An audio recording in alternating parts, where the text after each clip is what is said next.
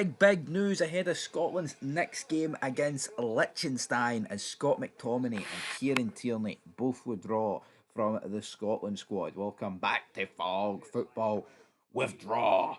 Obviously, we had earlier on today Angus Gunn and Robbie McCrory pull out. McTominay, we seen him pick up a knock during the game when he got subbed. I think he was getting subbed anyway. Not too sure what's happened to Kieran Tierney, but we do know he's injury prone. And we don't really know the extent of these injuries, but I tell you what, Tierney, when he goes off injured, maybe this is just a precaution, but when Tierney's injured, it seems to be like for 4 or 5 months at a time.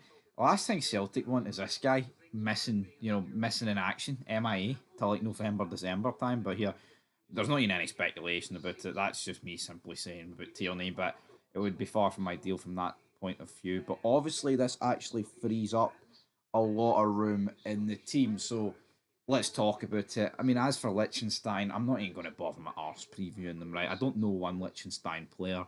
That's not disrespect. That's just reality. They're a Diddy nation that we should be steamrolling.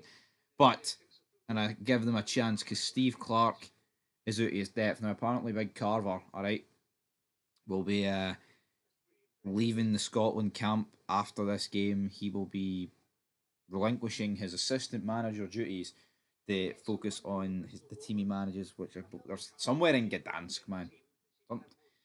Whatever's happening there, I don't really care about John Carver, right?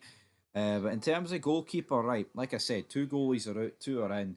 Kieran Slicker's pish, and the other kid that's been called up, McKenna, had not played any competitive minutes. So for me, it has to be Ross Doon. It has to be. It just has to be. There's no point even sitting here debating it. It's him. He has to. Now, are we going to play 5-4-1 against Liechtenstein? Honestly, man, we can't do this. I think the fact Tierney's injured is actually is a good thing in a sense of it makes him less likely to play the five at the back. But at the same time, would I be surprised if we rocked up with five at the back, man, and you've got John Suter, McKenna, and Hanley in there? I'm praying we switch to a four. It's Robertson, John Suter, McKenna or Hendry, and then Nathan Patterson.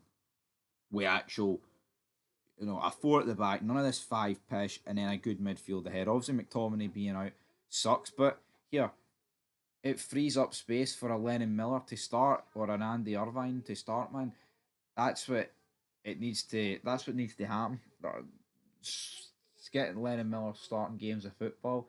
Hell, maybe it frees up actually starting two strikers up front. That would be interesting, wouldn't it? I mean, who's going to start up front? I mean, Big Kieran Boy. I just what's happening with him? Why did he not get any minutes? George Hurst, a guy that's pish, man. Call a spade a spade. The guy's pish. See the fact that Simon Murray ain't called up to this squad is it's an actual disgrace. It is. It fucking is. Like I'm baffled. And this isn't me just picking on George Hurst, but you've got a guy, right?